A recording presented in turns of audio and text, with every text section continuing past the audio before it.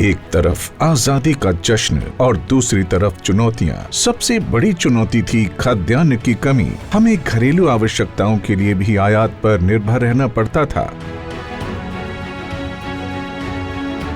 ऐसे में भारतीय कृषि अनुसंधान परिषद के द्वारा गेहूं और धान की बौनी किस्मों के विकास से हरित क्रांति का सूत्रपात हुआ, जिसके परिणाम स्वरूप वर्ष 1950 से 1951 में जहां केवल 50.8 मिलियन टन खाद्यान्न का ही उत्पादन होता था, वो आज 6.6 गुना बढ़कर 332 मिलियन टन हो गया है।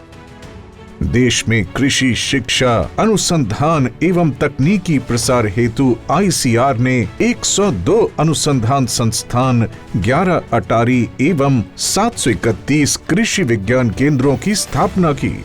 2014 से 2023 तक ICAR ने एक नई दिशा चुनी, कृषि विकास की दिशा। दूसरे पहरी हमारे वैज्ञानिक बंधु हैं जो नई नई तकनीक विकसित कर किसान का जीवन आसान करने में लगे रहते हैं। फसलों की 2279 से अधिक नई किस्मों का विकास और हजारों नवीन तकनीकों का विमोचन किया गया। बागवानी फसलों की 485 किस्मों का विकास किया गया है। केवल पूसा बासमती चावल के निर्यात से ही प्रतिवर्ष 3000 करोड़ रुपए से अधिक का लाभ होता है। धान की कम क्षेत्रफल में अधिक उत्पादन और ज्यादा लाभ देने वाली प्रजातियों का विकास किया गया है। इसी तरह गेहूं की कई नई प्रजातियों का विकास किया गया, जो देश के गेहूं उत्पादन के 50% क्षेत्र में उगाई जाती है और कुल गेहूं उत्पादन में 60% तक योगदान देती है। गन्ने की नई किस्म CO0238 उत्तर प्रदेश के गन्ना उत्पादन के 80% क्षेत्र में उगाई जाती है। इस गन्ने की शुगर रिकवरी 12% है। चीनी उत्पादन की इस अधिकता के चलते 2022-23 के दौरान 11,297 करोड़ रुपए का चीनी निर्यात हुआ। श्री अन्न को बढ़ावा देते हुए ICAR ने 170 से अधिक स्टार्टअप स्थापित किए हैं और विभिन्न हितधारकों के लिए कई प्रशिक्षण आयोजित किए हैं। रोग प्रतिरोधी एवं उच्च उत्पादकता वाली प्रजातियों का विकास और सरकार की नीतियों के चलते देश में वर्ष 2016 के बाद दलहन क्रांति की शुरुआत हुई। दलहन उत्पादन में आत्मनिर्भर बनाने के लिए ICAR ने 343 उन्नत और जलवायु अनुकूल दलहन की किस्म जारी की। मूंग की कम समय में पकने वाली किस्म का विकास किया गया।